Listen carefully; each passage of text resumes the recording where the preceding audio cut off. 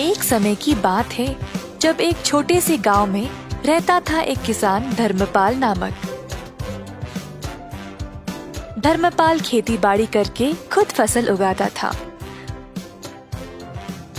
उसके पास कुछ पशु भी थे, जैसे मुर्गी, सूअर, बकरा और एक बड़ी सी गाय जिसको वो बहुत ज्यादा पसंद करता था।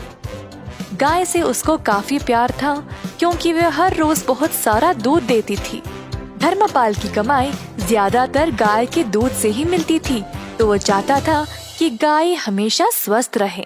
एक दिन जब धर्मपाल खेत में काम कर रहा था, उसका बेटा रोते हुए उसके पास आया। पापू पापू जल्दी आइए। क्या हुआ बेटा?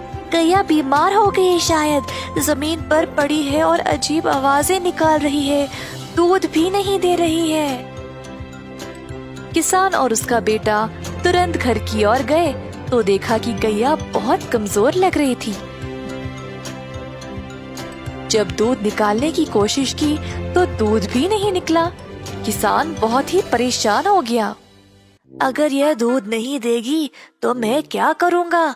बिना दूध के ये तो बेकार है मेरे लिए। हर बार इसके लिए दवाई और देख रेख करने का समय नहीं है मेरे पास।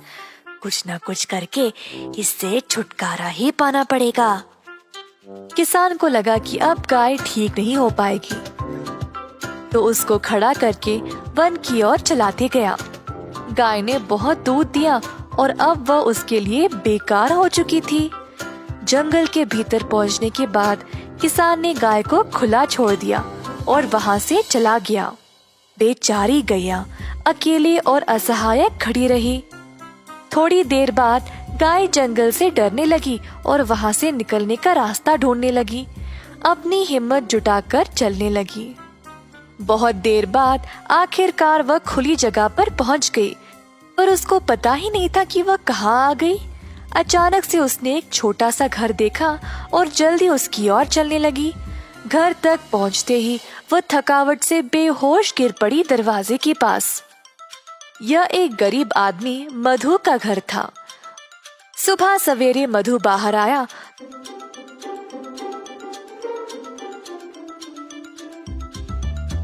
तो उसने गैया को अपने दरवाजे पर देखा। गैया बहुत बीमार लग रही थी और मधु को उसकी यह हालत देखकर बहुत दुख हुआ। उसने अपनी पत्नी को बुलाया मदद के लिए।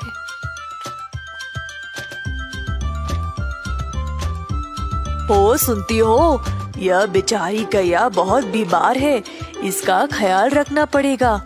मेरे पास थोड़ा सा घास और चावल है जो यह खा सकती है। मधु ने जो कुछ थोड़ा सा खाना था वो ले आया और गैया के सिर पर गीला कपड़ा रखा। मधु और उसकी पत्नी ने बहुत दिनों तक गैया का ख्याल रखा और धीरे धीरे गैया की हालत बेहतर होने लगी। जल्द गाय अपने आप चलने लगी। मधु गैया से बातें करता था, रोज उसको खिलाते हुए। गैया को भी मधु से बहुत लगाव हो गया। एक दिन जब मधु घर के बाहर सफाई कर रहा था,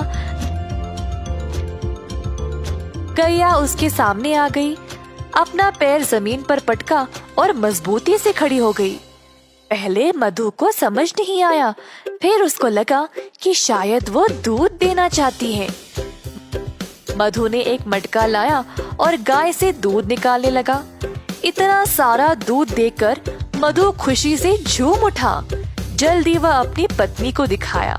देखो क्या हुआ, आज गौ माता ने दूध दिया है। हम इसको बेचकर अच्छा पैसा कमा सकते हैं। ये तो कमाल हो गया जी, प्रभु ने हमारी प्रार्थना सुन ली। ठीक है, आप जल्दी बाजार जाइए और इसको बेचकर पैसे ले आइए। आज रात हम घर पे दावत करेंगे। तो मधु गया बाजार और दूध बेचकर अच्छा पैसा कमाया।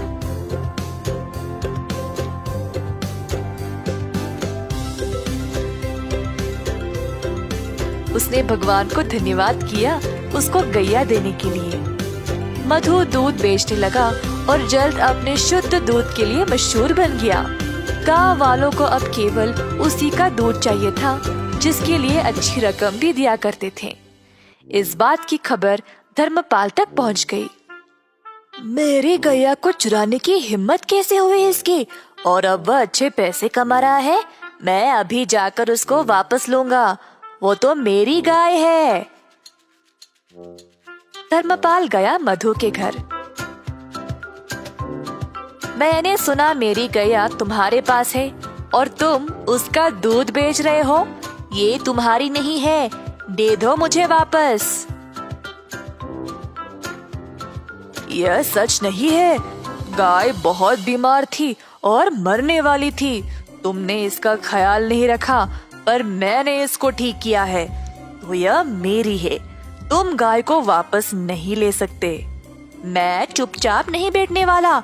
ग्राम प्रधान के पास जाकर उनसे बात करूंगा, अब वही फैसला करेंगे।